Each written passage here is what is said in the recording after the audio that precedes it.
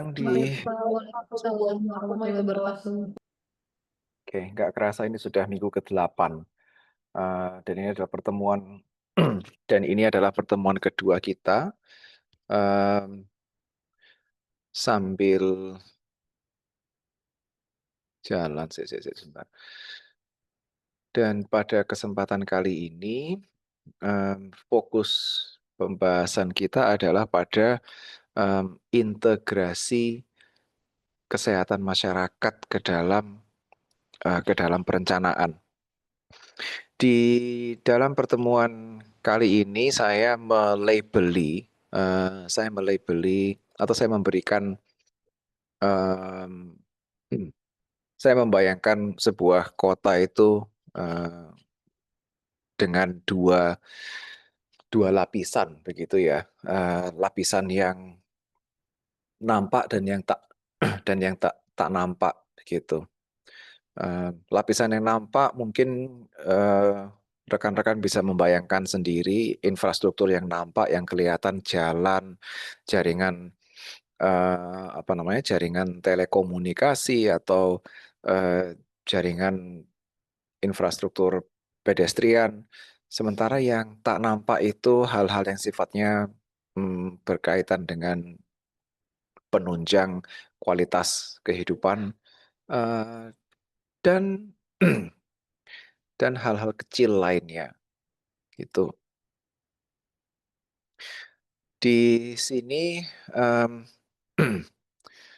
kita kalau di kita bisa saya berani mengklaim bahwa kita sekarang atau lingkungan perkotaan kita itu mengalami semacam krisis kesehatan begitu ya. Saya coba ilustrasikan di sini saya coba sajikan dua skenario perkotaan yang berbeda. Skenario A yaitu lingkungan yang padat, namun dia lively atau hidup begitu. Yang dimaksud dengan lively atau hidup karena dia padat, dia segala kebutuhan, segala aktivitas itu dan segala fasilitas itu bisa dicapai hanya dengan berjalan kaki. Em, Jadi jalanannya itu dirancang untuk pejalan kaki, terus kemudian ruang publik kayak alun-alun atau taman itu menjadi pusat aktivitas sosial, terus dan akses ke toko, sekolah, fasilitas lainnya itu bisa dijangkau atau atau mudah dijangkau tanpa perlu kendaraan bermotor. Kalau skenario B, sebelum ke skenario B, jadi harapannya dengan pergerakan manusia yang soft itu tadi ya, berjalan kaki, mungkin paling bersepeda begitu. Dan karena pusat aktivitas masyarakat itu di alun-alun atau taman, jadi warga itu berinteraksi, mereka berjalan kaki dan mobilitas seperti berjalan kaki, bersepeda itu menjadi bagian dari rutinitas hariannya gitu.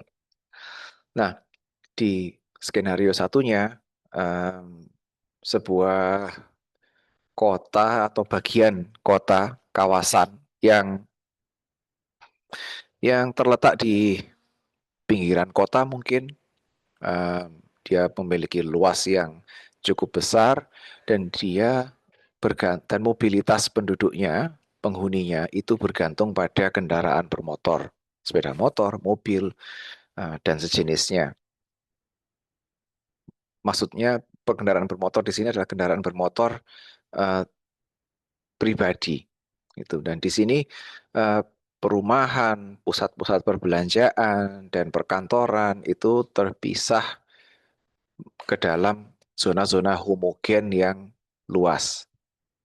Jalanannya, konfigurasi jalanannya itu mungkin didominasi oleh cul-de-sac atau jalan buntu yang dirancang untuk membatasi lalu lintas. Terus kemudian karakter lainnya adalah dia memiliki jalan arteri yang lebar. Jadi kalau mau ke toko kelontong aja atau pingin ke pingin ke taman, Anda membutuhkan eh, perjalanan itu seolah-olah menjadi sebuah ekspedisi yang membutuhkan kendaraan bermotor. gitu. Nah, lingkungan yang ada di skenario B berarti adalah lingkungan yang dirancang untuk pergerakan kendaraan, bukan pergerakan manusia. Gitu. Nah, dari kedua skenario ini ada sebuah pertanyaan retoris yang muncul, yaitu lingkungan mana yang secara inherent A atau B itu yang lebih sehat? Kenapa kira-kira dia lebih sehat gitu ya? Nah, silakan menjawab di dalam hati sendiri-sendiri dan karena nanti mungkin kita akan mengungkap jawabannya bersama di akhir sesi ini gitu. Dan perjalanan menuju ke jawaban mana lingkungan yang lebih sehat itu sebenarnya itu lebih kompleks daripada sekedar perbedaan tingkat aktivitas fisik gitu. Em, Keputusan desain, keputusan perencanaan itu membentuk kedua skenario yang ada di layar kita ini. Dan kedua skenario itu memiliki implikasi yang mendalam terhadap kesehatan kita, baik fisik maupun mental, dan itu juga mempengaruhi bagaimana kita berinteraksi dalam sebuah komunitas atau sebagai sebuah komunitas, dan itu juga mempengaruhi ketahanan terhadap krisis seperti yang kita alami beberapa waktu yang lalu dengan COVID-19. Nah, em, tujuan dari sesi minggu ini adalah bagaimana cara kita mencari tahu bagaimana kita bisa mengintegrasikan prinsip-prinsip kesehatan masyarakat ke dalam praktek-praktek perencanaan kota supaya supaya prinsip-prinsip ini tuh bukan sekedar pilihan, tapi menjadi sebuah keharusan yang strategis gitu. Dan saya coba menyajikan upaya integrasi itu ke dalam dengan menyajikan 5 poin berikut, yaitu landasan integrasi yang antara lain terdiri atas pembangunan berkelanjutan, lalu kota yang terlihat, the visible city. Kita analisis bagaimana bentuk kota, kepadatannya, desainnya, itu berorientasi pada manusia atau yang lainnya begitu. Terus kemudian kota yang tak terlihat, the invisible city. Kota yang tak terlihat di sini coba mengungkap bagaimana aspek-aspek yang mungkin sering kali terabaikan, seperti kualitas perumahan, terus kemudian infrastruktur sanitasi, itu menjadi krusial dalam menghadapi tantangan-tantangan atau ancaman-ancaman tertentu seperti penyakit yang menular. Lalu poin keempat atau bagian keempat, kota yang adil. Jadi di sini kita coba tegaskan kembali bahwa keadilan itu adalah inti dari kota yang sehat, inti dari kesehatan masyarakat. Dan dengan apa? Dan kita coba di sini bahas isu-isu seperti keadilan lingkungan, aksesibilitas, terus kemudian kesetaraan dalam akses atau kesetaraan dalam perumahan. Yang terakhir, perangkat-perangkat untuk integrasi. Di sini kita coba lihat perangkat kebijakan praktis dari rencana umum sampai ke partisipasi publik yang bisa digunakan untuk mewujudkan visi kota sehat ini tadi. Nah, untuk agar kita dapat mengintegrasikan kesehatan masyarakat ke dalam perencanaan kota secara efektif, kita perlu fondasi teoritis yang kuat. Dan tanpa kerangka kerja yang jelas, eee, upaya yang kita kerahkan itu jadinya sporadis dan nggak sistematis gitu, atau upaya itu berisiko menjadi sporadis dan tidak sistematis. Dan kerangka kerja ini tidak hanya memberikan justifikasi logis bagi tindakan yang kita ambil atau keputusan yang kita ambil, tetapi sekaligus menawarkan prinsip-prinsip pemandu yang memastikan bahwa intervensi yang kita lakukan itu sifatnya holistik, adil, dan berorientasi jangka panjang. Dan dua konsep fundamental yang kita bahas di dalam slide ini adalah pembangunan berkelanjutan atau sustainable development dan etika kepedulian atau the ethics of care.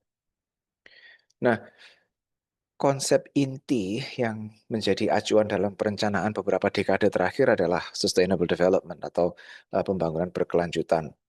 Ada kita semua, saya yakin cukup familiar dengan tiga pilar sustainability ya, pilar ekonomi, pilar lingkungan atau ekologi, dan pilar sosial. Tapi di sini pembangunan berkelanjutan di berdiri di atas tiga pilar yang sedikit berbeda dengan tiga pilar yang biasa kita temui.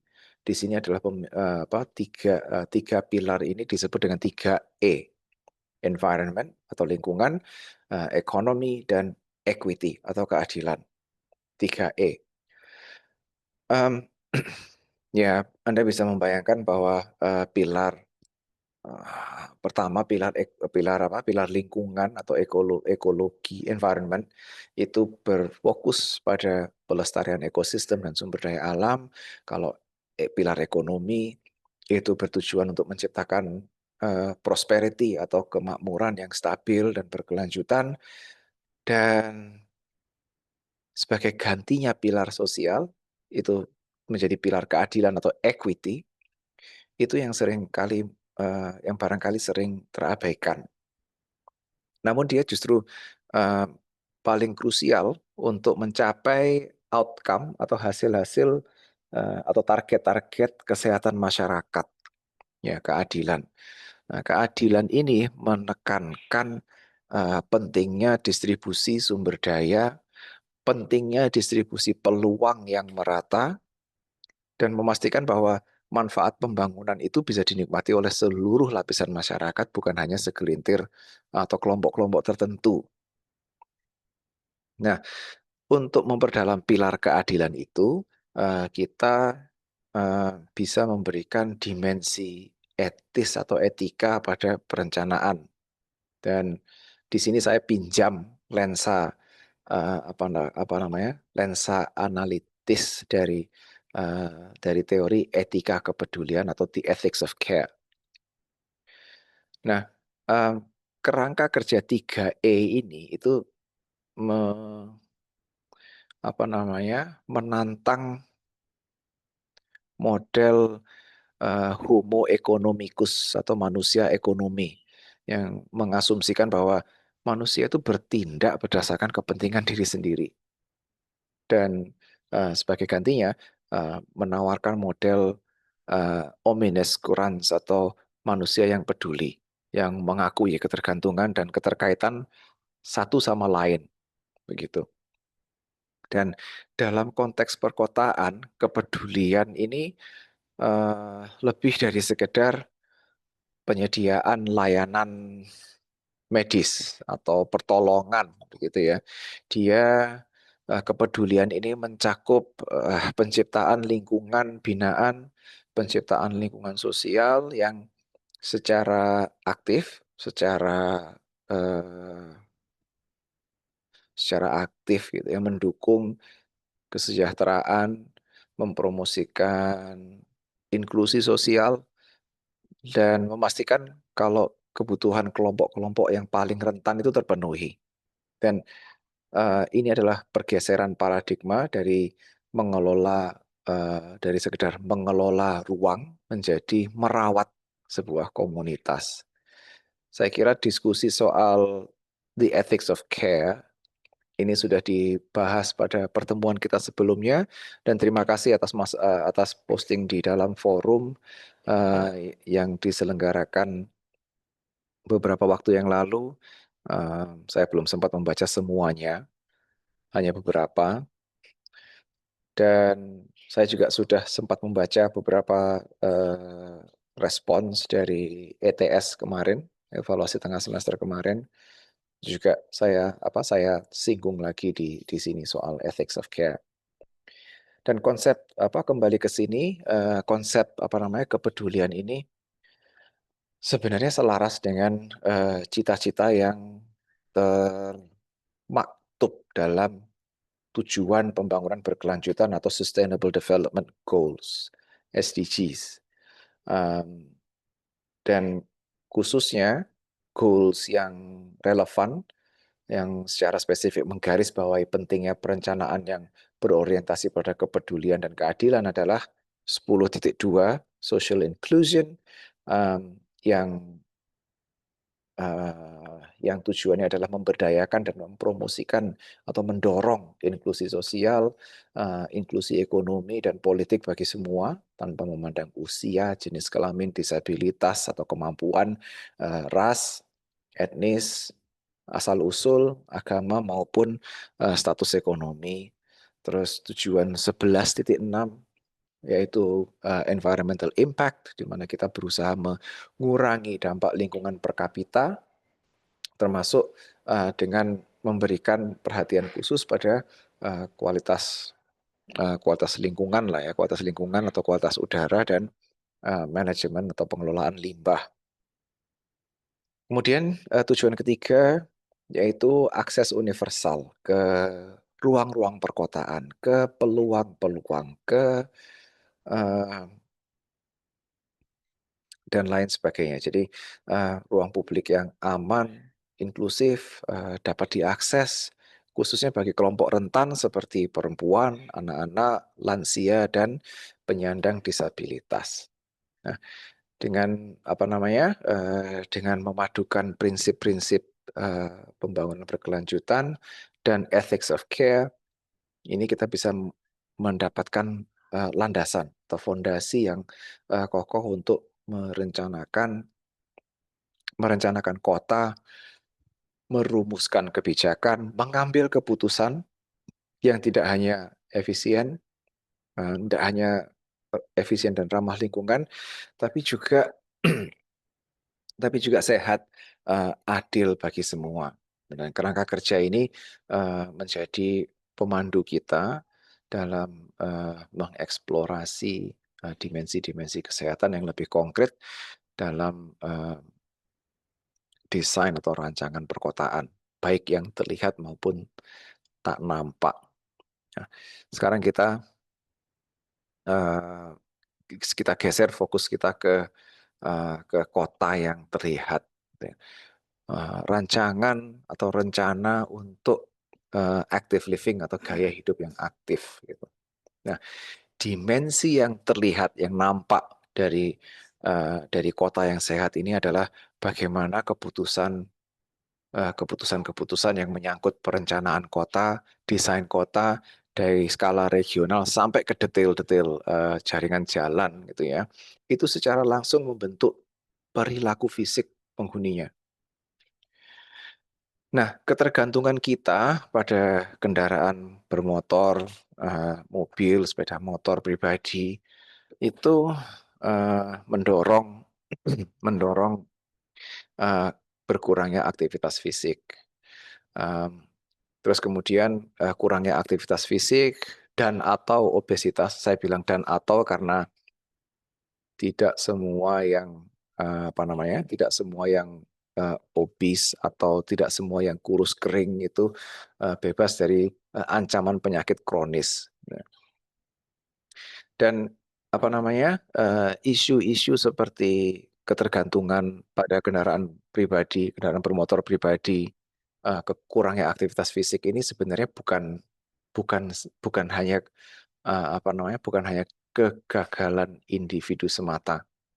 Jadi kalau Anda merasa saya kurang aktif, kurang bergerak dan lain sebagainya, ya mungkin bukan 100% salah Anda, tapi barangkali kemalasan gerak itu adalah hasil dari lingkungan binaan yang secara sistematis itu dirancang dan direncanakan untuk menghambat mobilitas, bukan untuk mendorong pergerakan manusia. Ya, paling nggak kita bisa pointing fingers lah ya. Oh, aku mager karena memang lingkungan binaannya tidak mendukung pergerakan manusia misalnya. Jadi alasan lagi deh gitu. Em, Salah satu penyebab kurangnya gaya hidup aktif adalah fenomena perempetan atau urban sprawl. Dan pola pembangunan urban sprawl ini ditandai dengan pembangunan berkepadatan rendah, penggunaan lahan yang terzonasi, terpisah-pisah gitu ya. Ada perumahan yang jauh dari area komersial, terus kemudian jaringan jalan yang tidak terhubung dengan baik. Eh, Jalanan juga didominasi oleh jalan buntu, kuldesak untuk membatasi lalu lintas, dan itu dikombinasikan dengan jalan-jalan arteri yang lebar. Dan eh, data menunjukkan bahwa eh, di banyak negara luas lahan yang dikonsumsi oleh urbanisasi itu tumbuh jauh lebih cepat daripada populasi. Nah, ini mengindikasikan khususnya ini di negara-negara yang telah berkembang ya, yang developed gitu ya, the global north gitu. Lahan yang dikonsumsi oleh urbanisasi lebih cepat tumbuhnya daripada pertumbuhan populasi. Dan ini mengindikasikan bahwa penggunaan lahan itu nggak efisien. Dan konsekuensinya jelas, ketergantungan total pada kendaraan pribadi, mobil pribadi untuk hampir setiap perjalanan, dan itu secara efektif menghilangkan aktivitas fisik dan rutinitas aktif sehari-hari. Gitu. Nah, antitesis dari sprawl itu adalah kota yang padat atau kota yang compact city begitu ya.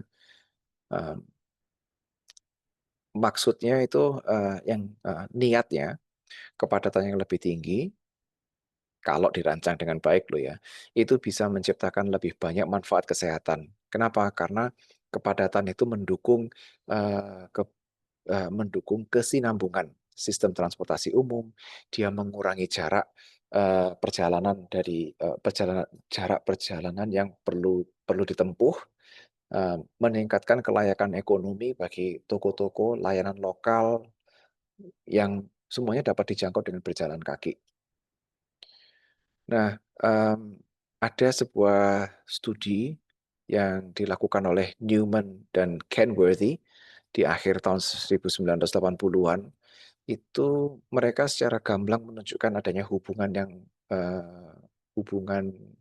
terbalik ya, yang cukup signifikan antara kepadatan kota dengan konsumsi bensin per kapita. Jadi semakin padat sebuah kota, semakin rendah penggunaan mobil dan konsumsi bahan bakarnya. Nah, ini salah satu bukti bahwa bentuk kota itu secara tidak langsung mempengaruhi perilaku mobilitas dan akibatnya subsequently gitu ya, tingkat aktivitas fisik. Sekarang kita coba bandingkan antara fitur-fitur desain antara uh, desain yang berorientasi pada manusia dengan desain yang berorientasi pada kendaraan. Gitu. Dan pada skala lingkungan, prinsip-prinsip gerakan seperti New Urbanism, terus Traditional Neighborhood Development atau TND, itu menawarkan beberapa panduan praktis untuk menciptakan lingkungan yang dapat dijelajahi dengan berjalan kaki atau walkable communities. Jadi bukannya kita itu merancang lingkungan untuk memenuhi kebutuhan kendaraan bermotor, mobil dalam hal ini khususnya mobil gitu ya. Nah, pendekatan ini tuh memprioritaskan pengalaman manusia. Jadi elemen kuncinya itu meliputi jaringan jalan yang saling terhubung atau interconnected street grid. Ini beda dengan pola kuldesak yang buntu, mengurangi yang tujuannya mengurangi traffic gitu ya. Nah, jaringan jalan yang terhubung ini memberikan banyak rute langsung bagi pejalan kaki dan pengendara sepeda. Beberapa tahun yang lalu, ada mahasiswa tugas akhir skripsi yang saya bimbing, fokusnya ke desain lingkungan yang mendukung atau menunjang eh, mobilitas atau berjalan kaki begitu. Dan beliau salah satu temuannya adalah em, bahwa semakin banyak persimpangan itu orang akan berjalan lebih jauh dibandingkan kalau jalannya itu lurus lempeng aja nggak ada persimpangannya. Nah, saat itu kami tidak bisa menemukan literatur yang mendukung temuan itu. Tapi kami menyimpulkan bahwa eh, kalau persimpangan itu terlihat nampak itu secara jelas di depan mata itu sedikit banyak memberikan ilusi bahwa oh jaraknya dekat kok gitu. Sampai ke jalan sedikit lagi sudah nyampe ke persimpangan berikutnya. Terus oh nambah sedikit lagi. Dibandingkan kalau jalannya lurus lempeng tidak ada variasi dalam pemandangan gitu ya. Itu akan lebih terasa seperti ini kok lorongnya tidak nggak selesai-selesai gitu. Jadi dan persimpangan-persimpangan itu kan berarti dia memiliki konektivitas dengan ruas-ruas jalan yang lain, interconnected street grid. Lalu elemen berikutnya adalah penggunaan lahan yang dicampur atau mixed use, gitu. Mixed use development, mixed land use, gitu. Dan ini maksudnya dicampur ini mengintegrasikan perumahan, komersial atau toko, kantor, dan fasilitas publik di dalam satu hamparan atau dalam satu lingkungan dengan tujuan untuk mengurangi kebutuhan untuk melakukan perjalanan jauh. Semuanya bisa dijangkau hanya dengan berjalan kaki. Cuman 10, 20, 50 meter saja sudah sampai ke toko, 100 meter sampai ke kantor, 200 meter sampai ke fasilitas publik.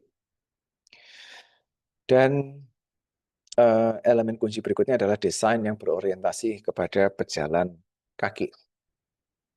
Ini mencakup fasilitas pendukung seperti desain trotoar yang lebar, menyediakan lokasi penyeberangan yang aman, dan fasad atau muka bangunan yang berorientasi ke jalan dengan eh, dengan posisi atau penempatan pintu masuk yang jelas serta penempatan garasi yang tersembunyi. Kalau memungkinkan malah garasi taruh di belakang rumah gitu. Jadi eh, dan perbedaan antara kedua pendekatan lingkungan berorientasi mobil sama lingkungan yang berorientasi manusia itu bisa dilihat di tabel berikut. Nah, salah satu contoh yang disebut di sini adalah sistem uh, bus rapid transit atau BRT yang diterapkan di Curitiba. Sebenarnya BRT ini juga bukan bukan hanya di Curitiba. Saya paling senang itu kalau lihat jalur apa namanya jalur Transjakarta. Jadi jalur khusus bis yang ada di Jakarta. Saya senang banget melihat itu. Karena apa? Jalanan jaringan jalanan di sekitarnya itu bisa macet berhenti titi gitu ya. Tapi bisnya jalan terus. Bisnya jalan terus. Itu menunjukkan bahwa apa namanya? eh, itu sebenarnya secara psikologis gitu, secara visual itu mengajak mengajak orang untuk beralih daripada kamu kena macet naik bis saja gitu kan. Nah, walaupun ya tentunya eh, pengalihan moda dari satu moda transportasi ke yang lain itu tidak semudah apa namanya tidak semudah eh, godaan visual seperti itu gitu. Ada faktor-faktor lain yang mempengaruhi juga gitu. Nah, em, sekilas dimensi yang nampak atau visible dimensions gitu, dari kota sehat ini menunjukkan bahwa kalau kita merancang bentuk kepadatan dan lingkungan yang tepat, kita bisa menciptakan kondisi yang secara alami mendorong aktivitas fisik yang membantu mencapai tujuan-tujuan kesehatan masyarakat. Nah, tapi kita juga perlu ingat bahwa ada aspek yang tak nampak gitu ya, seperti sebagaimana pandemi coronavirus kemarin atau COVID-19 kemarin itu telah mengungkap atau menyingkap kelemahan-kelemahan sistem infrastruktur, sistem layanan kesehatan dan eh, aspek-aspek lainnya atau dimensi-dimensi lainnya gitu. Dan menunjukkan kepada kita, sekaligus menunjukkan kepada kita bahwa ada dimensi lain dari kesehatan masyarakat yang tidak tidak bisa kita lihat dengan mata telanjang. Nah, kota yang tak nampak atau lingkungan yang tak nampak gitu. Em, Pandemi COVID-19 itu telah eh, mendorong kita untuk menggeser fokus kita dari dari kesehatan kronis atau ancaman kesehatan kronis seperti diabetes, eh, hipertensi dan lain sebagainya ke ancaman penyakit menular, ancaman kesehatan masyarakat berupa penyakit menular. Em, ini adalah sebuah dimensi kesehatan masyarakat yang tak nampak itu tadi dari lingkungan binaan. Dan apa namanya eh, dimensi tak nampak ini bersembunyi di dalam dinding hunian, di bawah jalanan kota, eh, dan lain sebagainya. Dan ini dipengaruhi oleh ini secara tidak langsung dipengaruhi oleh kualitas perumahan, kepadatan hunian, kualitas ventilasi, terus kemudian infrastruktur sanitasi dan air bersih yang seringkali mungkin kita anggap sebagai permasalahan teknis semata, gitu ya. Dan eh, sejak pandemi kemarin terbukti bahwa ini adalah pilar-pilar yang mendasar, yang fundamental dalam upaya kita atau dalam pertahanan kita dalam melawan wabah eh, yang ada. Nah, di sini pandemi kemarin itu mengajarkan kita bahwa rumah atau perumahan itu adalah bagian yang integral dari infrastruktur kesehatan. Jadi kita perlu memandang rumah itu bukan sekedar hunian atau shelter, tapi juga sebagai bagian dari infrastruktur kesehatan yang lebih luas begitu. Kenapa? Karena rumah itu adalah tempat kita berlindung. Ini adalah infrastruktur kesehatan garis garda depan sebenarnya.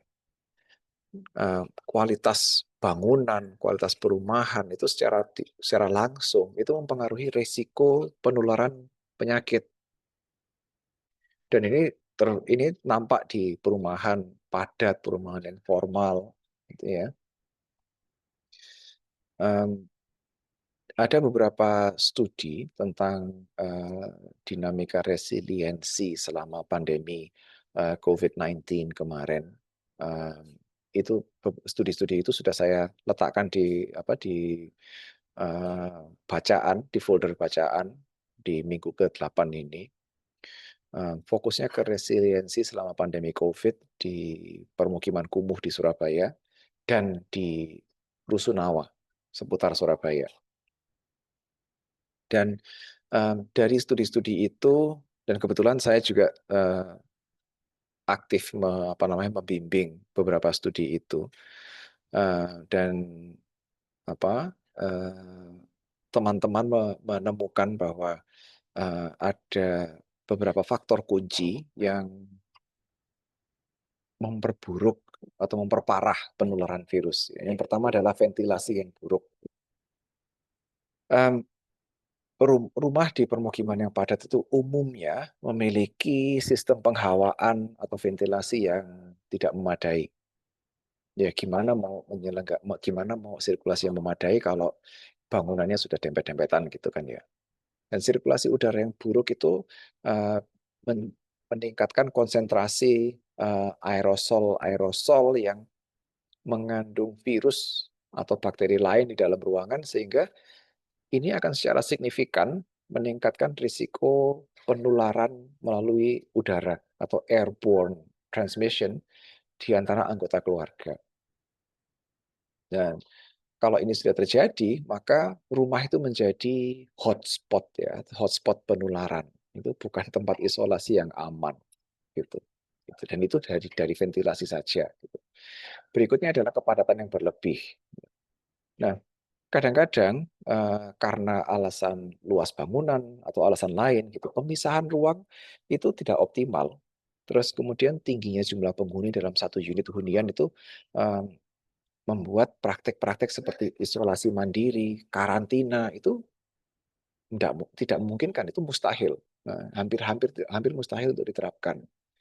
Jadi kalau ada satu anggota keluarga yang terinfeksi apapun, terjangkit apapun, penularan ke anggota keluarga yang lain itu jadi sulit untuk dicegah kalau saya kayak gitu. Dan kepadatan berlebih atau overcrowding ini eh, bisa kita temui di dalam bentuk perumahan atau hunian atau permukiman manapun, khususnya di hunian-hunian seperti rumah susun, rumah sederhana. Saya pernah menemukan satu unit rumah susun yang luasnya nggak seberapa, mungkin kayaknya nggak sampai 20 meter persegi gitu ya, tapi dia dihuni oleh lebih dari 2 kepala keluarga. Jadi ada 2 atau 3 household, rumah tangga yang tinggal di dalam unit 20 meter persegi itu. Nggak kebayang, nggak ada privacy, terus nggak ada tempat, jangankan ya, nggak ada privacy, nggak ada tempat untuk isolasi. Gitu. Lalu yang ketiga adalah pencahayaan yang minim. Nah, kurangnya akses ke cahaya matahari alami itu mengakibatkan apa? Menciptakan kondisi yang lembab. Kondisi yang lembab ini nggak sehat juga karena bisa berdampak negatif ke apa namanya, ke saluran pernafasan dan lain sebagainya, karena udara yang lembab bisa mengakibatkan jamurnya berbahaya bagi kesehatan. Tapi intinya ketiga kondisi ini bisa juga berdampak negatif ke kesehatan mental penghuninya, dan itu bisa memperburuk stres dan kecemasan selama masa-masa isolasi, kalau bisa isolasi gitu. Nah, di luar unit hunian individu itu ada infrastruktur lingkungan lainnya yang juga memainkan peran penting. Nah, beberapa studi seputar kota Surabaya yang pernah kami lakukan itu menunjukkan bahwa kondisi infrastruktur dasar yang buruk itu melemahkan ketahanan komunitas terhadap wabah. Ya, antara lain saluran drainase yang tersumbat sehingga dia tidak berfungsi dengan baik. Ini mengakibatkan genangan. Em, Kalau genangan air ini selain menimbulkan pemandangan yang kurang sedap atau bau yang kurang sedap, intinya membuat ketidaknyamanan gitu ya. Tapi dia juga menjadi tempat berkembang biak vektor-vektor penyakit lain seperti nyamuk demam berdarah. Lalu pengelolaan sampah yang buruk. Kalau terjadi penumpukan sampah dan itu tidak terkelola di ruang publik, ini bisa menarik hama, tikus misalnya. Dan tikus ini bisa menjadi sumber patogen, pestilence dan penyakit lainnya, dan ini memperburuk kondisi kesehatan lingkungan secara keseluruhan. Lalu faktor ketiga adalah akses ke air bersih yang tidak optimal. Nah, air khususnya air bersih. Air bersih itu adalah salah satu kebutuhan primer kita, dan yang eh, akses yang andal, akses yang optimal terhadap air bersih itu adalah prasyarat utama untuk kebersihan. Khususnya kalau dari COVID kemarin ya, praktek cuci tangan itu kan, cuci tangan itu menjadi kunci dari pencegahan penularan COVID gitu ya. Dan juga penyakit menular lainnya, nggak cuma coronavirus saja gitu. Tapi kalau cuci tangannya dengan air yang kurang bersih ya sama aja bohong kan gitu. Nah, eh, studi-studi di Surabaya itu menunjukkan bahwa eh, sebelum pandemi atau fase pra-pandemi, nilai rata-rata resiliensi atau ketahanan masyarakat di permukiman padat itu sebesar ya 2, sangat rendah gitu. Itu tingkat resiliensinya sangat rendah. Dan ini mencerminkan kerentanan yang sudah ada akibat keterbatasan infrastruktur tadi dan akibat keterbatasan sanitasi gitu. Nah, selama pandemi berlangsung, khususnya di puncak-puncaknya krisis gitu ya, karena beberapa adaptasi yang terpaksa dilakukan oleh masyarakat, itu meningkatkan nilai resiliensinya. Nah, sekarang beberapa tahun setelah pandemi berlalu, eh, angka resiliensi itu sempat bertahan agak tinggi, tapi lambat laun dia turun. Kita masuk ke fase complacency atau eh, complacency itu apa ya? Fase yang ya sudah lewat kok gitu. Kita sudah cukup aman gitu. Kita mulai lalai gitu. Nah, dari apa namanya dari pengalaman pandemi kemarin, dimensi yang tidak terlihat ini eh, menunjukkan bahwa kesehatan masyarakat itu ya di kota itu nggak hanya bergantung pada ketersediaan ruang terbuka hijau atau taman yang indah, jalur sepeda, tapi kesehatan masyarakat ini juga sangat bergantung pada hal-hal yang mendasar seperti kualitas ventilasi, pencahayaan, sampai ke kelancaran saluran drainase gitu. Tapi beban dari apa namanya dari infrastruktur yang buruk ini eh, sebenarnya nggak terdistribusi secara merata gitu ya. Tapi apa namanya beban dari infrastruktur yang buruk ini membawa kita ke isu sentral berikutnya sebelum kita break eh, untuk maghrib. Nah, isu sentral berikutnya adalah keadilan. Nah, kota yang adil. Keadilan ini adalah keadilan sebagai inti dari kesehatan masyarakat. Gitu. Nah, kalau di dimensi yang terlihat itu apa namanya perencanaan kota itu mempengaruhi kesehatan melalui gaya hidup aktif. Terus kemudian di dimensi yang tak nampak itu adalah penyakit yang menular gitu ya. Tapi argumen sentral dari seluruh paparan ini sebenarnya adalah bahwa tujuan atau hasil dari apa namanya dari kesehatan masyarakat atau tujuan dari terwujudnya kesehatan masyarakat eh, itu tidak terdistribusi secara merata di antara seluruh atau di seluruh populasi perkotaan. Jadi inti dari upaya mengintegrasikan kesehatan masyarakat ke dalam perencanaan itu bukan cuma sekedar untuk menerapkan solusi teknis, tapi juga secara sadar, secara sistematis itu mengatasi ketidakadilan struktural yang mengakibatkan atau mendasari kesenjangan kesehatan.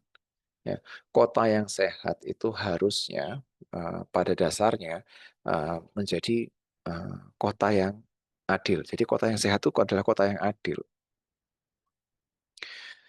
Em, yang pertama adalah keadilan lingkungan atau environmental justice. Gitu.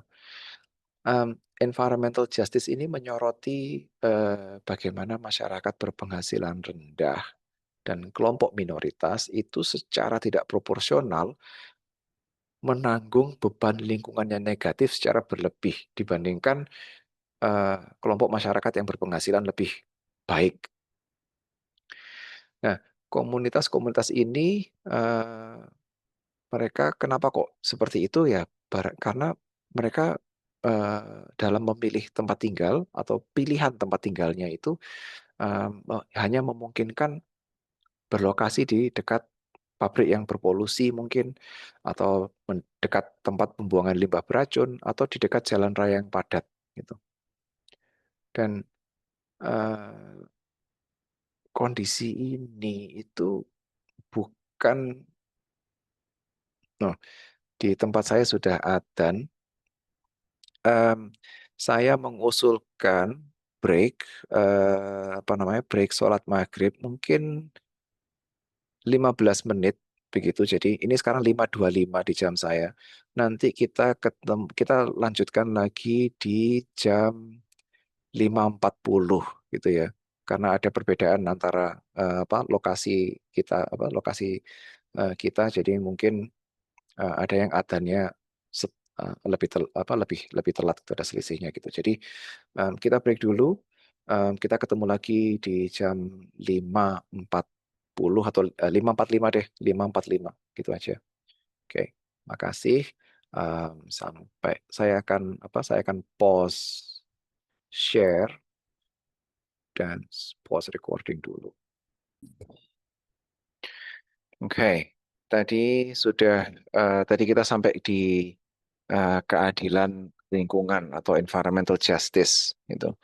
Em, dan saya tadi sempat mulai menyinggung bagaimana kelompok masyarakat yang berpenghasilan rendah, kelompok minoritas itu seringkali menanggung beban lingkungan yang negatif secara tidak proporsional.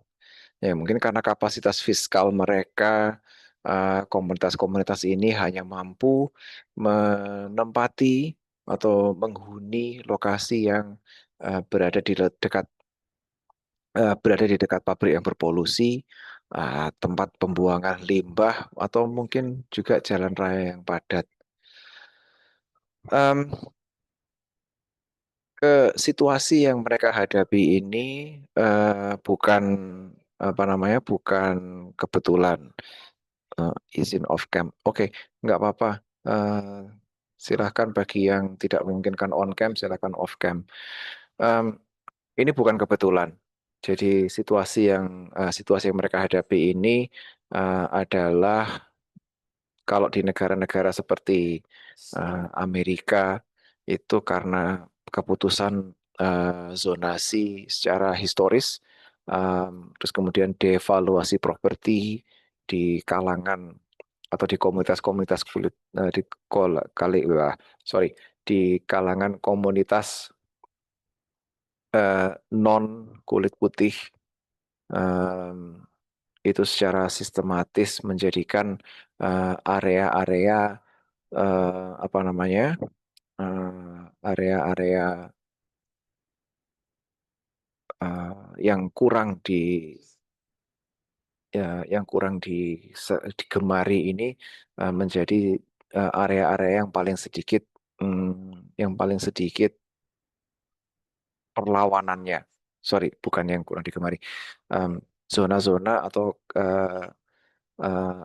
zona-zona atau tempat bermukimnya warga non kulit putih itu biasanya seringkali dijadikan target untuk pengembangan infrastruktur, dan biasanya mereka eh, pengadaan lahannya itu paling sedikit resistensinya gitu. Dan karena itu mereka terpaksa berpindah, dan akibatnya mereka terpapar tingkat polusi udara, polusi air, dan polusi tanah yang lebih tinggi gitu.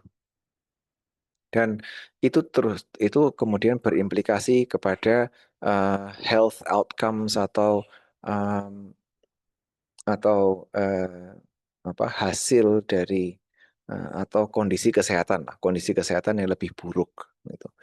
Jadi tingkat asma yang lebih tinggi pada anak-anak yang tinggal di koridor lalu lintas padat, atau hasil kesehatan atau kondisi kesehatan um, yang baru nampak setelah jangka panjang.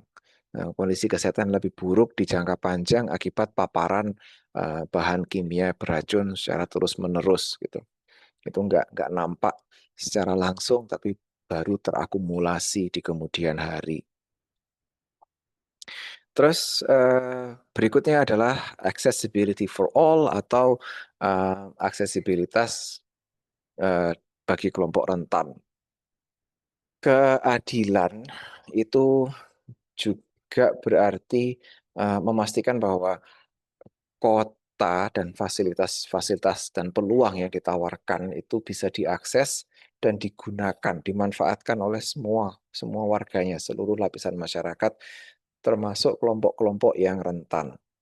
Jadi konsep accessibility for all itu harus dipandang sebagai hak fundamental bagi seluruh penduduk kota. Studi kasus yang saya sebutkan di sini dari Trieste, Italia, mengilustrasikan bagaimana desain ruang kota yang cermat itu bisa secara signifikan meningkatkan mobilitas dan kesejahteraan bagi populasi yang menua dan penyandang disabilitas. Tapi yang perlu diingat di sini, yang perlu saya garis bawahi di sini adalah accessibility for all, aksesibilitas untuk semua. Itu bukan hanya soal yang nampak tadi, tapi juga yang tidak nampak.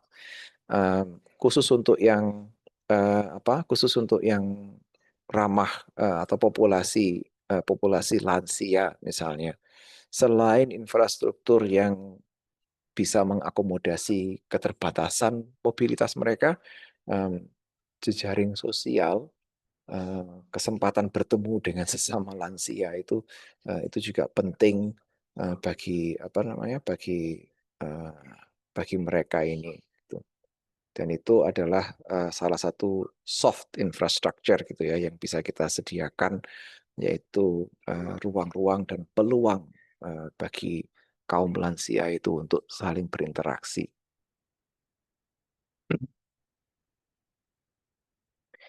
Dan apa namanya itu aksesibilitas seperti itu bisa diwujudkan dengan merancang trotoar yang rata, menyediakan transportasi publik yang aksesibel, terus kemudian ruang-ruang publik yang ramah pengguna dan lain sebagainya. Untuk contoh ruang publik yang ramah pengguna, em, saya telah kayaknya sih saya coba cek lagi. Saya ada satu artikel yang saya share di Classroom di dalam folder bacaan itu. Satu publikasi tentang strategi peningkatan aksesibilitas alun-alun Kota Surabaya bagi lansia. Nah, itu mungkin di situ ada beberapa poin atau strategi perancangan ruang publik eh, khususnya untuk lansia yang bisa disimak begitu. Dan apa namanya kota itu yang memberdayakan atau bisa memberdayakan warganya, mendorong mereka untuk tetap aktif, memberdayakan mereka supaya bisa tetap mandiri dan terhubung secara sosial, itu adalah manifestasi dari Omnes Curans atau manusia peduli, yaitu rancangan kota atau rencana kota bukan hanya untuk efisiensi semata atau efisiensi yang abstrak begitu, tetapi untuk mendukung kebutuhan nyata tubuh manusia yang beragam dan tubuh manusia yang mengalami atau menjalani berbagai tahap kehidupan. Nah, selain aksesibilitas fisik tentunya rasa aman. Rasa aman di lingkungan itu juga merupakan isu kesehatan masyarakat dan keadilan yang cukup krusial, gitu ya. Rasa takut terhadap pelecehan atau kekerasan itu bisa menjadi penghalang yang cukup besar bagi masyarakat untuk berpartisipasi secara penuh dalam kehidupan publik, khususnya bagi perempuan dan kelompok-kelompok minoritas. Nah, em, pelecehan pelecehan seperti apa ya? Mungkin kalau Anda turut berpartisipasi dalam apa namanya berpartisipasi sebagai atlet akhir pekan begitu, suka lari atau suka bersepeda di akhir pekan, Anda mungkin menemukan misalnya adanya catcalling bagi atlet perempuan, itu termasuk apa namanya termasuk pelecehan dan kejadian-kejadian seperti itu bisa menjadi penghambat bagi yang mengalami, dan mereka nggak bisa berpartisipasi penuh. Mereka akhirnya jadi malas keluar, jadi malas lari, malas sepedaan dan sebagainya karena apa? Yes, nanti akan mengalami peristiwa untuk menghindari peristiwa-peristiwa yang tidak mengenakan. Di Argentina itu ada sebuah gerakan namanya Ni Una Menos yang menyoroti bagaimana perempuan itu bisa menggunakan strategi kepedulian kolektif ya, seperti mereka bisa berbagi berbagi lokasi secara real time melalui grup WhatsApp saat pulang di malam hari atau menggunakan aplikasi taksi khusus pengemudi perempuan supaya mereka bisa eh, menyiarkan dan menegosiasikan kehadiran mereka di ruang-ruang publik dan sekaligus nyentil gitu ya, menyentil, menuntut lingkungan perkotaan yang lebih aman. Jadi dimensi keamanan ini adalah apa namanya? Adalah salah satu elemen kunci dari perencanaan yang adil dan memastikan bahwa fasilitas publik seperti taman, jalan, sistem transportasi publik itu dirancang sedemikian rupa supaya aman dan nyaman bagi semua orang. Nah, di dalam kota itu ada kata-kata housing justice. Poor housing conditions in slums like the case in Surabaya represent uneven geographies of care, di mana high quality infrastructure for wealthy areas while neglecting basic needs for the poorest communities. Di kondisi perumahan yang kami amati, permukiman yang kami amati di beberapa studi tentang ketahanan terhadap COVID itu, kami menemukan bahwa ada indikasi uneven geographies of care, di mana kondisi apa namanya, di mana sanitasi yang buruk, terus kemudian khususnya di permukiman kumuh, itu adalah manifestasi fisik dari ketidakadilan sosial dan ekonomi yang cukup mendalam gitu. Di satu sisi ya uneven geographies of care and uncare. Di satu sisi kota itu menyediakan infrastruktur yang berkualitas tinggi di lingkungan-lingkungan yang berada atau lebih makmur. Di sisi lain, dia bisa jadi mengabaikan kebutuhan dasar komunitas-komunitas yang paling miskin. Tapi sebelum saya melanjutkan lagi, kota bisa jadi mengabaikan kebutuhan dasar komunitas paling miskin karena ya status legalitas. Jadi ada berbagai macam faktor yang saling berkaitan yang mengakibatkan adanya uneven geographies of care ini tadi. Jadi mengatasi kesenjangan kualitas perumahan, kesenjangan kualitas perumahan ini sebenarnya bukan hanya masalah teknis gitu ya, tapi adalah sebuah imperatif atau sebuah dasar dari keadilan sosial yang fundamental untuk mencapai tujuan-tujuan dari urban health atau kesehatan perkotaan. Nah, pada akhirnya setiap keputusan dalam perencanaan itu memiliki implikasi terhadap keadilan.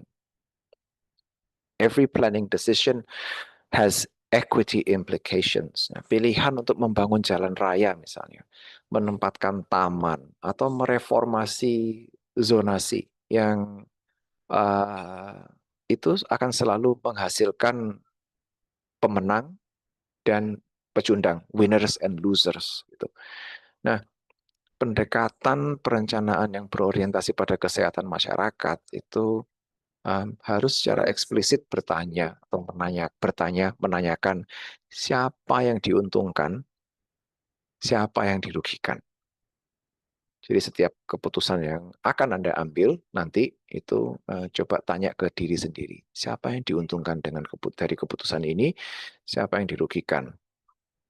Nah, dengan demikian kita bisa mulai beranjak dari sekedar menciptakan kota yang sehat secara abstrak, secara teoretis menjadi uh, pembangunan kota yang lebih sehat untuk semua. Nah, dari teori ke praktek sekarang, perangkat untuk integrasi.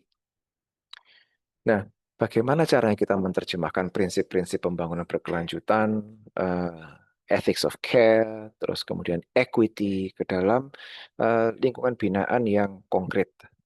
Nah, ini penerjemahan prinsip-prinsip ini memerlukan serangkaian perangkat kebijakan dan proses-proses yang konkret gitu.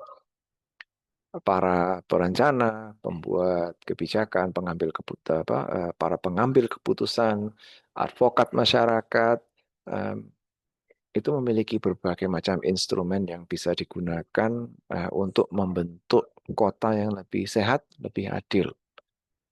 Dan di sini saya coba menguraikan beberapa perangkat perencanaan strategis, informasi, regulasi, dan proses-proses partisipatif untuk mengubah teori menjadi praktek di lapangan. Ya. Perencanaan yang efektif, mulai dari strategic planning tools, ya, perencanaan yang efektif ini dimulai dengan visi jangka panjang yang jelas. Saya kira teman-teman yang biasa berurusan atau biasa membolak-balik RPJMD, Anda cukup familiar dengan visi jangka panjang dan visi jangka menengah. Ini yang penting visi ini harus jelas. Dan beberapa perangkat perencanaan strategis itu memainkan peran krusial di sini. Ya. Rencana umum yang pertama, ya, general plans, dokumen visi yang fundamental bagi sebuah kota atau kabupaten. Ya, rencana umum ini macam-macam.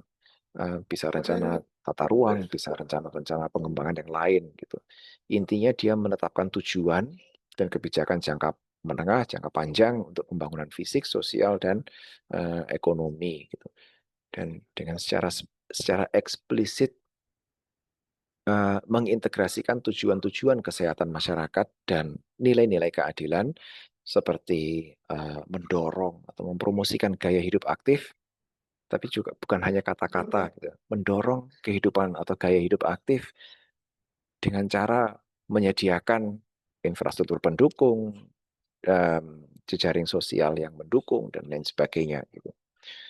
Kemudian memastikan perumahan yang layak ke dalam rencana umum, supaya Anda memiliki dasar hukum dan politik yang kuat untuk semua keputusan perencanaan yang berkaitan dengan public health di dalam perencanaan masa depan. Lalu pengelolaan pertumbuhan atau growth management. Ini bisa secara langsung secara langsung mengatasi fenomena perembetan atau urban sprawl dan ketergantungan pada mobil atau kendaraan bermotor yang kita bahas pada bagian sebelumnya. Salah satu perangkat pengelolaan pertumbuhan yang paling efektif adalah batas pertumbuhan perkotaan atau urban growth boundary. UGB ini garis yang ditarik di area perkotaan untuk membatasi pembangunan di luarnya selama periode waktu tertentu. Anda bisa melihat contohnya di Portland, Oregon, dari salah satu literatur yang saya unggah di Classroom, di mana Portland ini berhasil membatasi perembetan atau sprawling dengan cara membatasi pembangunan fisik, di dalam batas-batas tertentu untuk selama periode waktu tertentu, dan dengan ini mereka bisa melindungi lahan pertanian dan mendorong pembangunan infill yang lebih padat di dalam batas-batas wilayah yang sudah ditentukan. Berikutnya adalah regulatory reform. Ya, regulasi seperti regulasi penggunaan lahan, zonasi, dia punya kekuatan luar biasa untuk membentuk atau bahkan merusak kesehatan masyarakat. Dan oleh sebab itu kita perlu mereformasi mereformasi peraturan ini. Mungkin secara historis praktek zoning itu sudah menjadi salah satu penyebab utama masalah kesehatan perkotaan. Dengan dipisahnya penggunaan lahan, zona perumahan terpisah dari zona komersil dan lain sebagainya, itu menciptakan lingkungan yang tergantung pada kendaraan bermotor, khususnya mobil. Ini paling nyata terjadi di Amerika, tapi kita juga bisa membayangkan zonasi-zonasi yang secara ketat seperti ini itu di beberapa klaster perumahan di kota-kota besar. Nah, zonasi eksklusif ini yang hanya mengisikan tipe-tipe kegiatan atau bahkan tipe misalnya di dalam zona untuk hunian, dia hanya mengizinkan tipe perumahan tertentu, misalnya perumahan tunggal dengan ukuran lahan minimum yang besar gitu. Zonasi eksklusif ini dulu itu digunakan untuk mengucilkan kelompok-kelompok tertentu, khususnya yang berpenghasilan rendah, minoritas, dan itu memperburuk segregasi dan ketidakadilan. Kita mengalami ini dulu ketika era penjajahan, gitu. Zonasi-zonasi eksklusif oleh para penjajah itu dibuat untuk memudahkan mereka mengendalikan pergerakan-pergerakan massa. Makanya kita punya zona Eropa, zona pecinan, dan kampung Arab. Nah, zona yang pro kesehatan itu mengizinkan penggunaan lahan campuran, mixed use, secara lebih luas. Jadi toko, kantor itu bisa bersebelahan, bisa berada dalam jarak yang mudah diakses dengan berjalan kaki dari zona-zona perumahan. Dan meningkatkan kepadatan yang diizinkan di sekitar koridor-koridor transportasi publik. Mengizinkan unit hunian tambahan atau ADU, Accessory Dwelling Unit, kalau bisa. Kalau dulu di zaman di zona-zona Eropa itu ADU atau unit hunian tambahan ini berupa pavilion biasanya. Jadi apartemen di atas garasi atau sebuah pondok kecil di halaman belakang, granny flat, pavilion, itu bisa dimanfaatkan untuk meningkatkan kepadatan secara bertahap dan menyediakan pilihan perumahan yang lebih terjangkau. ADU ini masih agak tidak lazim kalau diterapkan di sini karena satu lahan rumah lahan untuk perumahan yang tersedia juga nggak segede itu. Tapi di negara seperti di Amerika atau di Australia, granny flat atau accessory dwelling unit ini sangat umum disediakan, diselenggarakan gitu. Bahkan ketika saya tinggal di Australia beberapa minggu yang lalu, selama 2 minggu ini saya tinggal di dalam sebuah unit hunian tambahan di granny flat yang berada di bagian belakang rumah teman saya itu.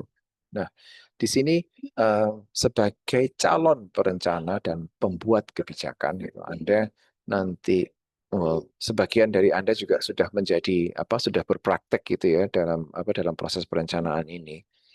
Tapi Anda mungkin ketika ketika sudah berada di posisi tertentu, Anda mungkin akan dihadapkan pada beberapa perlawanan politik terhadap reformasi, upaya reformasi semacam yang saya sebutkan tadi. Jadi tantangannya itu bukan hanya memahami perangkatnya, bukan hanya memahami aspek teknisnya, tapi juga membangun koalisi untuk menerapkan reformasi-reformasi ini tadi. Yang terakhir, pentingnya partisipasi publik. Ya, perencanaan yang efektif itu nggak bisa kita lakukan secara top down. Ya, dia harus bersifat partisipatif, melibatkan warga yang khususnya warga yang akan terdampak oleh keputusan yang kita ambil.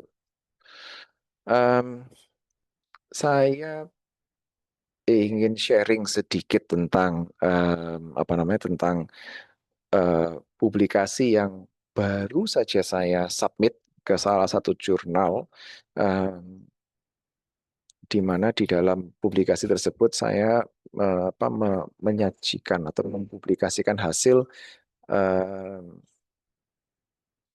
dari penelitian ini, sebenarnya dari tesis sih, gitu, dari tesisnya salah satu bimbingan saya gitu yang fokusnya ke partisipasi publik gitu. Dia menemukan bahwa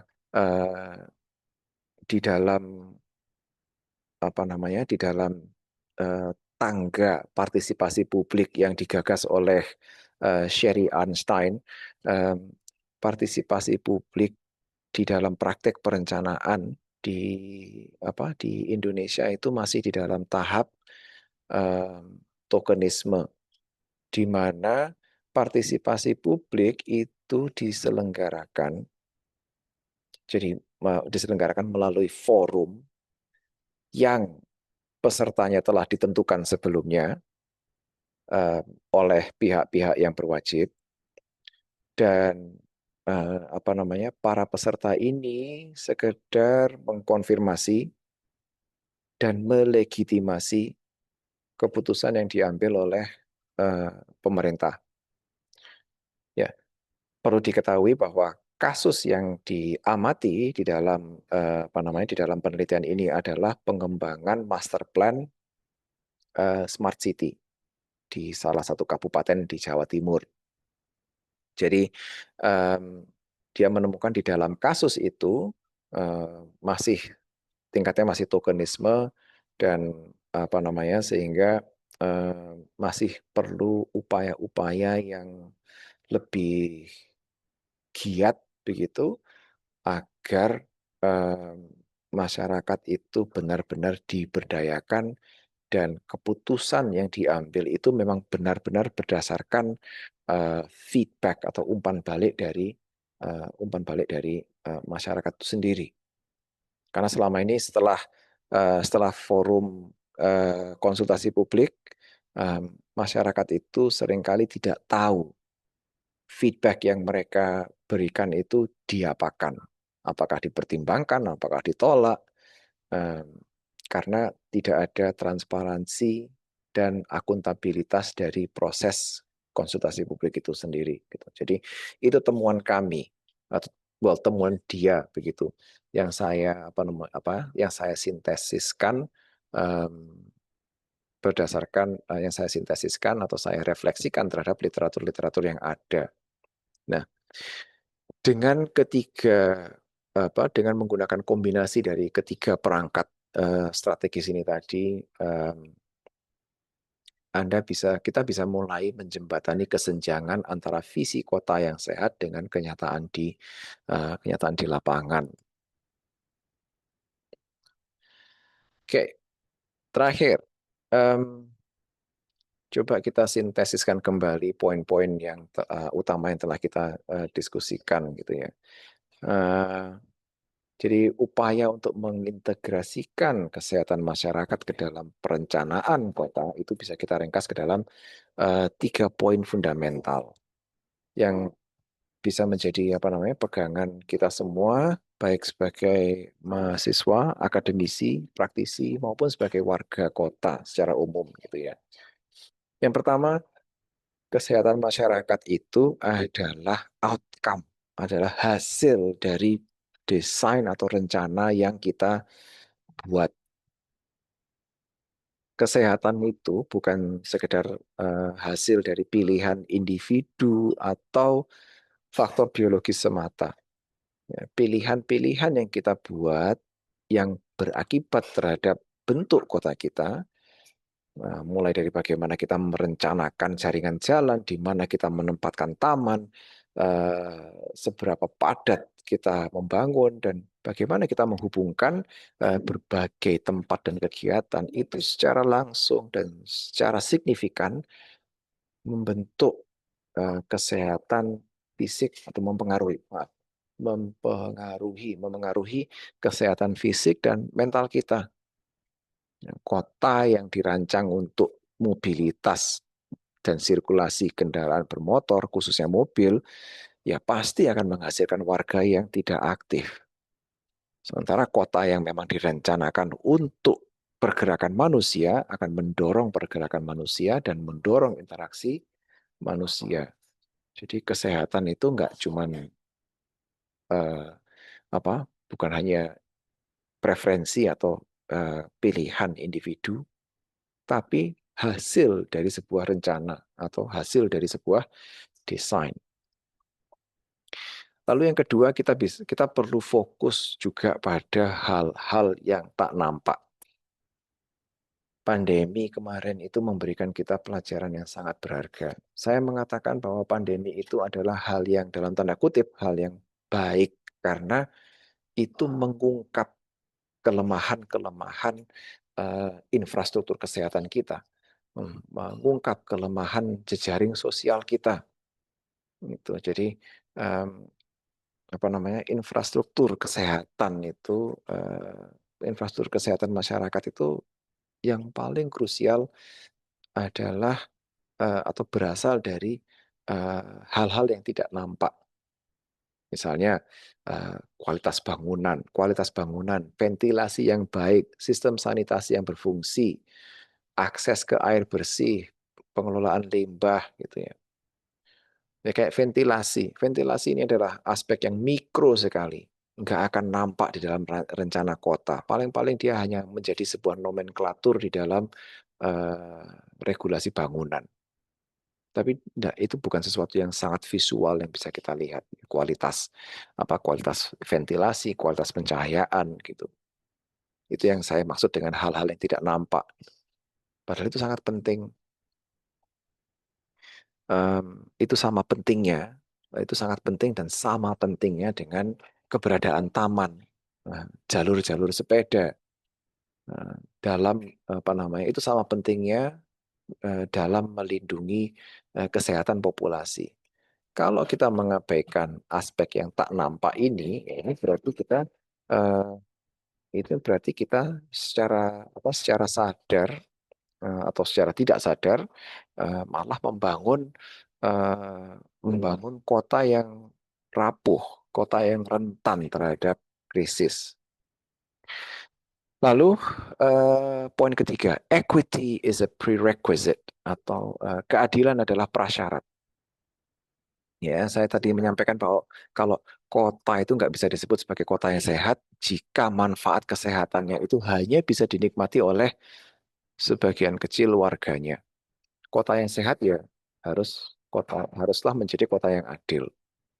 Jadi upaya perencanaan yang kita lakukan itu harus secara eksplisit bertujuan untuk memperbaiki atau bahkan menghapus ketidaksetaraan kesehatan yang muncul akibat proses-proses historis.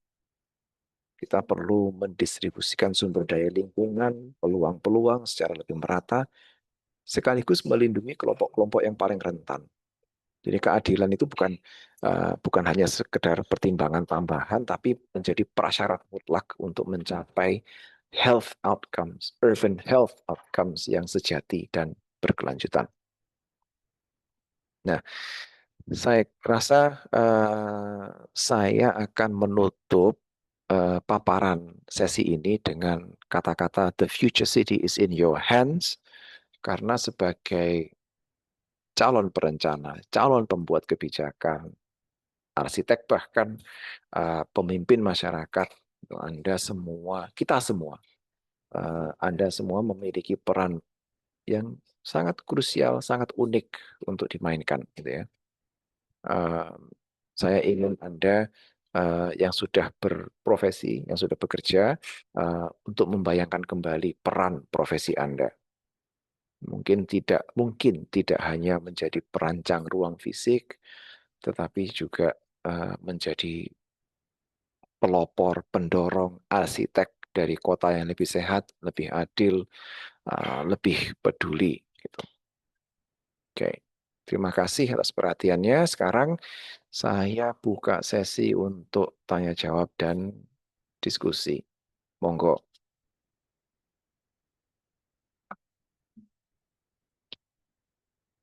silakan Mbak Ica. Ya, terima kasih Pak. Saya ingin menanyakan satu hal terkait poin nomor 1 Pak, bahwa kesehatan itu tidak hanya by environment build ya Pak, tapi juga Mm-mm. berawal dari individual choice. Nah, terhadap individu-individu yang memang memilih untuk tidak sehat, itu apakah kita masih perlu berlaku adil ya Pak terhadap mereka?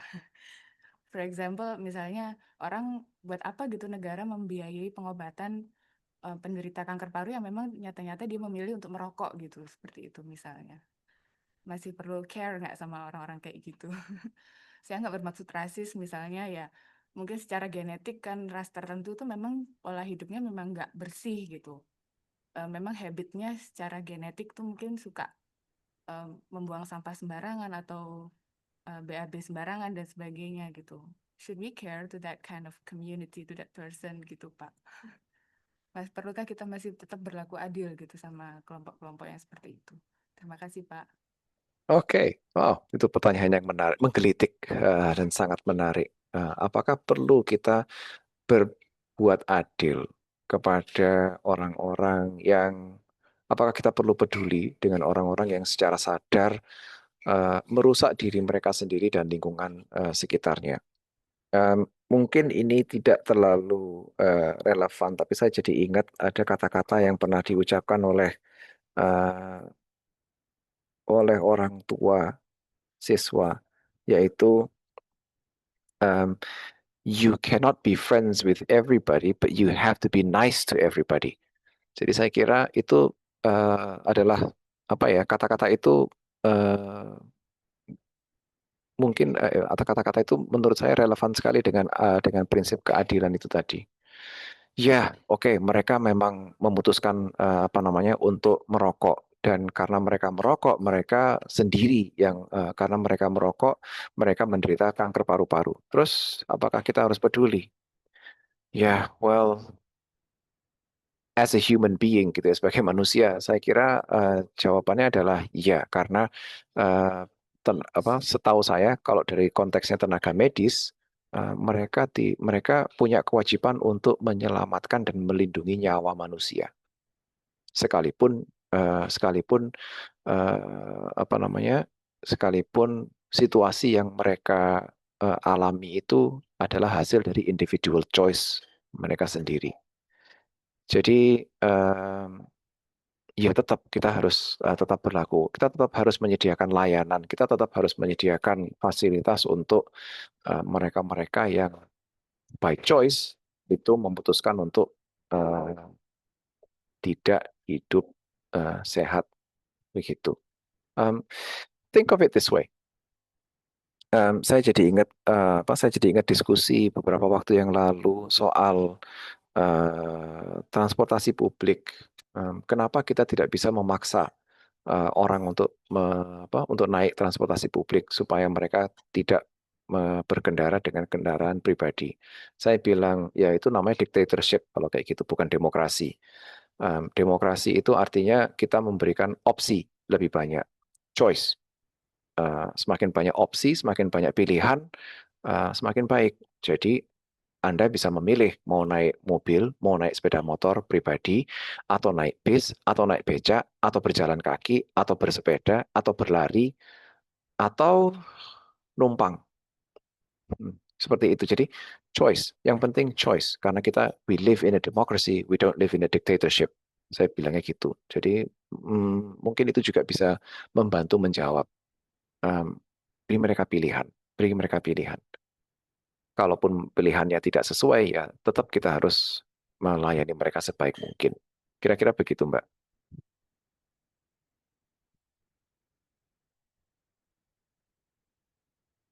Ada lagi follow up question mungkin?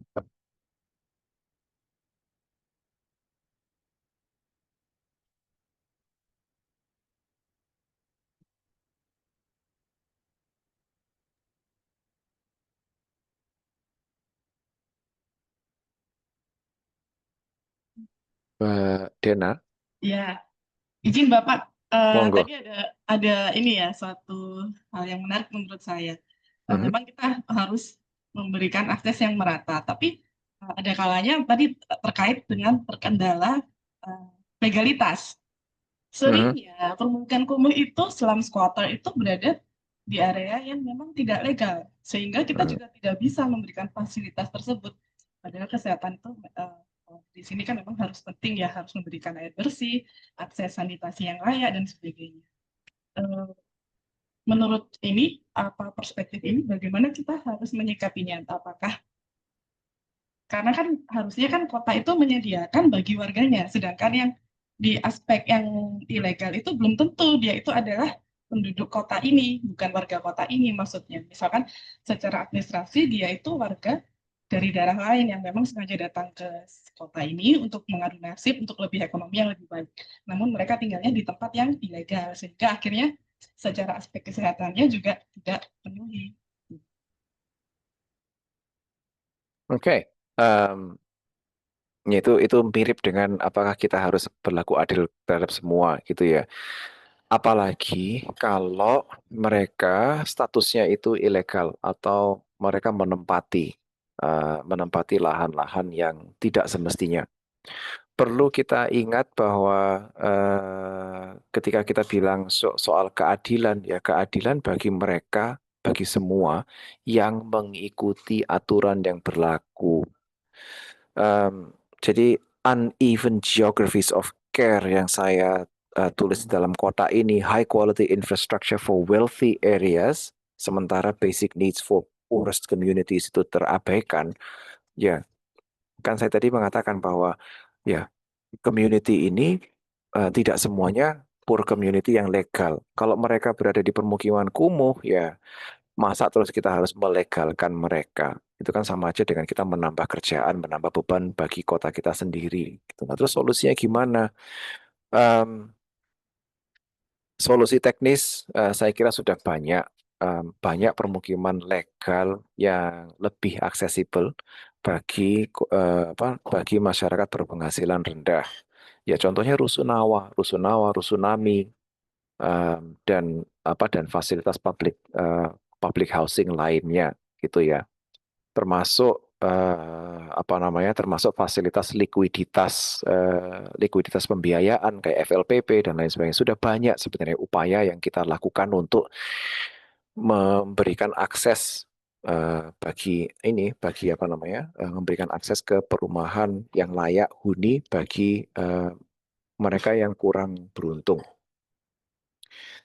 Tapi apakah itu bisa serta-merta menghapus ini ya slums ya? Enggak juga itu karena eh, kembali lagi ke ke prinsip yang saya sampaikan tadi, choice. Eh, Banyak opsi. Tinggal kamu mau pilih yang mana. Ya kita nggak bisa memaksa mereka untuk ikut program FLPP. Kita nggak bisa memaksa mereka untuk pindah ke hunian ke rusun misalnya. Karena kita bukan diktator. We don't live in a dictatorship, we live in a democracy. Saya kasih contoh lagi. Em, Orang-orang tuna wisma, homeless di mana di Queensland, di Brisbane contohnya yang saya amati beberapa minggu yang lalu itu, mereka nggak diusir secara serta-merta, nggak diusir sama dinas sosial, sama polisi. Malah mereka disambangi sama dinas sosial. Kamu nggak apa-apa ta? Are you okay? Gimana kamu hari ini? Gimana kamu bertahan hari ini? What is your plan? Bla bla bla. Itu diajak omong, diwawancarai, diinvestigasi, dikupas. Uh, Mereka day to day survivalnya seperti apa? Terus habis itu ya sudah ditinggal. Karena mereka berpegang pada prinsip tidak bisa memaksakan suatu program, tidak bisa memaksakan suatu kehendak ke kelompok-kelompok, apalagi mereka homeless ya, tunawisma. Berarti mereka kan MBR, masyarakat berpenghasilan rendah, atau bahkan mungkin masyarakat tidak berpenghasilan. Gitu. Jadi mereka termasuk kelompok rentan. Nggak bisa kita memaksa ke kelompok rentan. Jadi secara prinsip itu tidak diperkenankan. Akhirnya apa? Ya sudah, kamu memilih untuk tunawisma. Ya, kami hargai pilihanmu, tapi jalani dengan apa namanya? Ya, tapi segala konsekuensinya ya lakonono dewe lah. Kasarnya kasarnya seperti itu.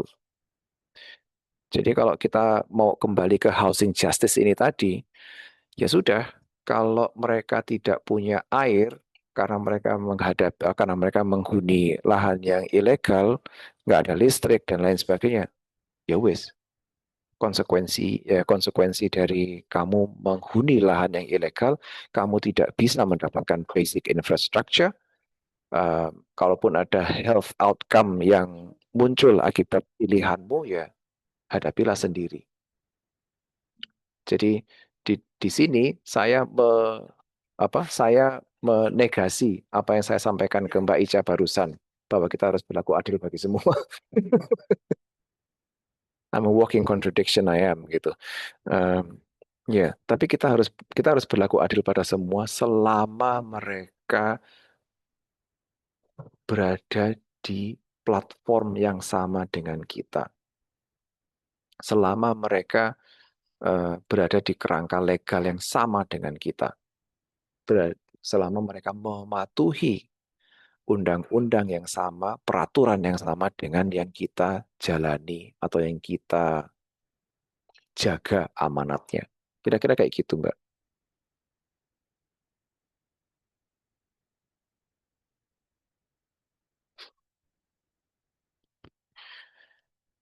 Jadi ya legal-legal saja gitu.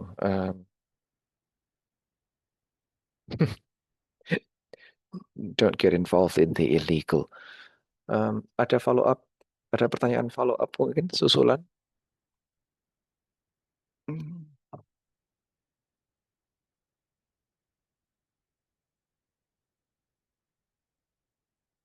Oke. Izin Bapak menambahin dikit Monggo, ya. monggo, silakan. Jadi kendalanya adalah kriteria kawasan kumuh itu kan ditentukan oleh pusat ya. Jadi Yes. walaupun kita di ada kriteria yang sama, kita udah nggak ngurus yang ilegal ya misalnya. Misalkan di area Sidotopo yang dekatnya rel kereta api itu kita tidak mengatur. Kita mengutamakan pengelolaan yang legal, misalkan di area Pegirian, misalkan itu legal gitu. Tapi dari pusat itu kriteria kumuhnya itu ditentukan. Jadi tetap saja kita tetap memiliki kawasan kumuh yang harus kita handle. Padahal itu teknis tidak bisa kita handle seperti itu. Seringkalinya seperti itu. Dibantu provinsi sama pusat pun juga tidak memungkinkan karena dia ilegal. Tapi itu termasuk dalam hitungan yang harus kita tuntaskan. Oke. Ya, saya paham bahwa apa namanya itu sebenarnya juga itu sebenarnya juga memperkuat statement saya tadi ya, selama yang legal ya sudah nggak apa-apa, memang harus tetap dilayani gitu. Tapi yang ilegal ini tadi itu kan termasuk ke dalam noktah merah gitu ya, catatan buruk di dalam rekod kami gitu, di dalam sejarah pertumbuhan kota ini gitu, bahwa ada kawasan kumuh di Surabaya, tapi mereka ilegal gitu. Ya, saya kira sih apa ya, hal-hal seperti itu sama seperti fenomena tunawisma itu adalah fenomena yang mungkin sulit sekali untuk dihindari, bahkan tidak mungkin dihindari. Jadi ya wes, dihadapi saja. Saya kasih contoh yang agak di luar konteks. Misalnya universitas, kampus itu didorong untuk didorong untuk meluluskan siswanya, peserta didiknya dengan baik, didorong secara nggak langsung. Gimana caranya? Mereka yang angka DO-nya mengundurkan diri, drop out atau MD-nya itu paling sedikit, itu mendapat pemeringkatan yang lebih baik. Dengan demikian, universitas itu berlomba-lomba untuk membantu mereka yang secara sadar melakukan hal yang ilegal atau tidak sepatutnya dilakukan, yaitu mengabaikan studinya misalnya. Yang akhirnya apa? Ya kita keteteran sendiri. Kalau bercermin dari itu, yang ilegal itu ya sudah biarkan saja. Loh Pak, itu jadi catatan buruk. Ya wis baba. Memang itu adanya gitu. Saya berprinsip bahwa ya itu ilegal. Jadi itu di luar skop saya. Seharusnya tidak masuk ke hitungan saya. Seharusnya tidak masuk ke hitungan kinerja kami begitu. Tapi kalau itu dimasukkan ke dalam hitungan kinerja saya, ya wis. Itu bukan salahku kok. Ya tetap nggak akan saya urusi. Tetap akan menjadi catatan buruk. Apakah harus ditangani? Ya, nggak tahu. Not my problem. Seandainya bisa kayak gitu ya, seandainya bisa semudah itu ya. Tapi ya, saya nggak tahu itu nanti akan berimplikasi pada apa. Yang jelas, kalau mereka ilegal, maka mungkin itu memungkinkan untuk melakukan mekanisme pemaksaan agar mereka beralih, berpindah gitu. Atau setidaknya mereka meregistrasi diri ke catatan sipil atau gimana lah gitu. Supaya mereka masuk ke dalam sistem yang direcognize secara luas sehingga mereka bisa mengakses segelintir fasilitas mungkin gitu ya. Saya nggak tahu apakah itu apakah itu memungkinkan untuk dilakukan gitu. Tapi kalau saya dari pengalaman saya sebagai kaprodi kemarin, ketika saya ditanya ini nanti mengundurkan diri gini-gini, saya bilang babah, biarin. Tapi itu jadi catatan buruk bagi prodi, biarin. Salah mereka kok. Ya, tapi saya kira saya yakin nggak semudah itu juga gitu ya. Ada pertanyaan susulan mungkin atau feedback?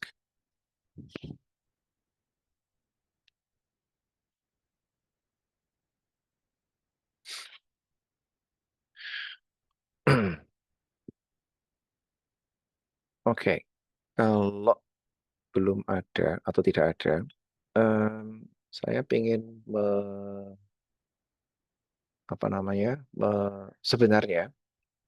sebenarnya kemarin itu saya maunya mengadakan pengennya itu mengadakan sesi diskusi atau debat kelas gitu. Niatnya awalnya itu saya bagi kelas ini menjadi 2 kelompok, terus habis itu debat. Tapi saya kira sudahlah, ini sudah sudah malam gitu ya.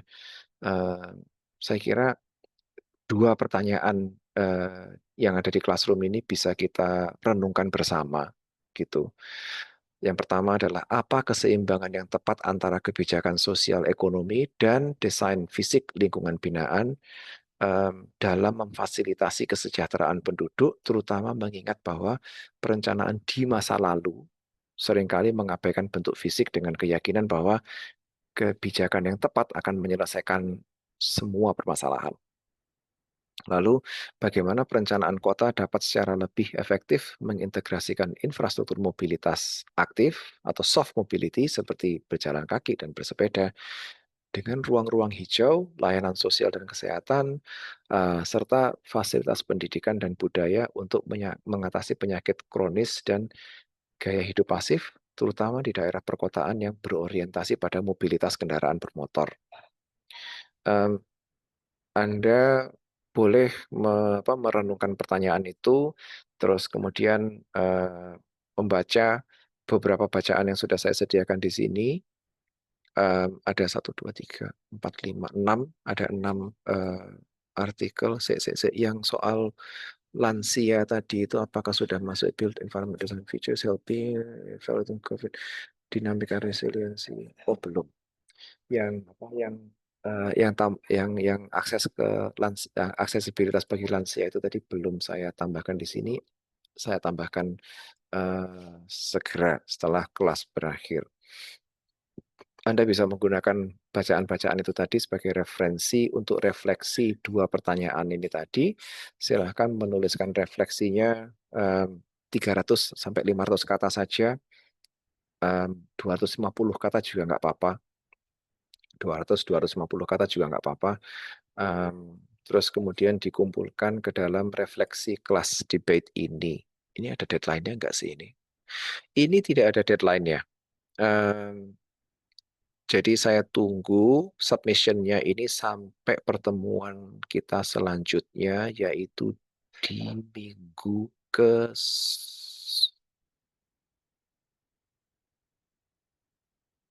8, 9, ke 10 saat kita mendiskusikan agenda global. PR saya setelah ini adalah merangkum diskusi evolusi bentuk kota dan kesejahteraan warga ini tadi, dan menyajikan key takeaways dari diskusi yang sudah berlangsung. Oke, saya kira saya kira pertemuan ini bisa kita cukupkan sampai sekian. Sekali lagi terima kasih atas kehadiran dan diskusinya. Bagi yang belum, bagi yang belum mengisi bagi yang belum mengisi presensinya, silahkan memindai QR code berikut dan atau memasukkan 616142 untuk menandai kehadirannya. Sekian dari saya tunggu submission-nya sebelum minggu ke-10. Terima kasih sekali lagi, selamat malam. Assalamualaikum warahmatullahi wabarakatuh. Waalaikumsalam. Waalaikumsalam.